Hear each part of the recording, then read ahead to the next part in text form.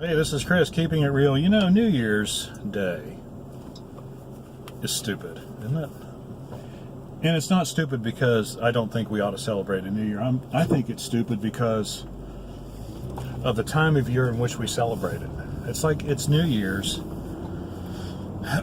What's wrong? I mean, what's wrong with the timing of New Year's Day? Well, I'll tell you what's wrong with the timing of New Year's Day here in the Northern Hemisphere, in and around Greenfield, North Carolina, is that we have 3 more months of crummy weather ahead of us. There's nothing good coming up here.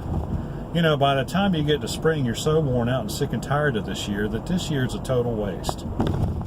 And so you've really spent all of the goodwill of the new year, you know, trying to keep the lights on, trying to shovel out your driveway, trying to keep the power lines from falling on your house because they're encrusted with 5 inches of ice. I mean, all that kind of stuff. You're cold, you're damp, you're sick, you're tired. All those things are not conducive to the promise of a new year. So therefore, I don't like to just complain. You know me. Well, I mean, I like to complain, but if there's a solution, I'm willing to put one forth. And I think what we need to do is change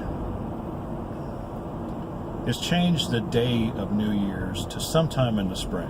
And now normally I would say something like Easter, but Easter's not on the same Sunday or not on the same day every year, which I think is totally stupid as well.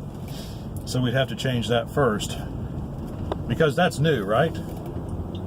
That's something new. That's something that gives hope. That's something that encourages the heart of man. But, you know, if we can't change Easter and make it fall on the same date every year, then, hey, let's just pick a date in April, you know, when the weather generally starts to turn nice. And so that way, when we celebrate the new year, we are well and truly fed up with the old year, and we can say good riddance to bad rubbish, as my grandparents would say, and my parents. And start the new year when the green is coming out on the trees and the flowers are starting to blossom and the warm air is starting to come up out of the south, and we're getting a real feeling of energy from nature and all, you know, and all that good stuff.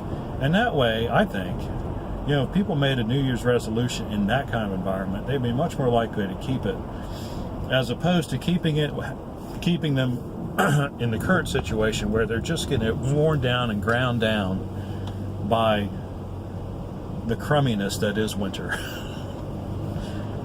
What do you think? Do you think that's a viable option? You know, and I realize too, that could be a problem because in the southern hemisphere, of course, spring starts 180 degrees or 180 degrees. Well, it is 180 degrees out of phase with our spring. So, you know, I think they could just have their own New Year's. Hey, our New Year's could be April, and their New Year's could be, what would that be, October? No big deal. Who cares? Is that right? April and May? No. Yeah, I think so. Anyway, even if it's not like this is going to get much traction anyway. But yeah, I mean, they could have their own New Year's. We could have our own New Year's. The Chinese have their own New Year, and it doesn't seem to bother anybody, right? I don't even know when theirs is. Theirs is probably in the deep winter too, which explains why, you know, they have so many problems as a country. So, anyway, just thought I'd throw that out there. If you have any questions or comments, leave them in the section below. Like and subscribe. I'll be starting an online petition if we get enough positive comments, and let's see if we can get this changed. Let's stop making New Year just like an excuse to take the week off after Christmas. You could do that anyway.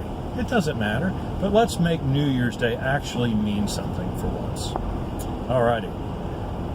Like and subscribe. We appreciate when you do. We'll see you on the next video.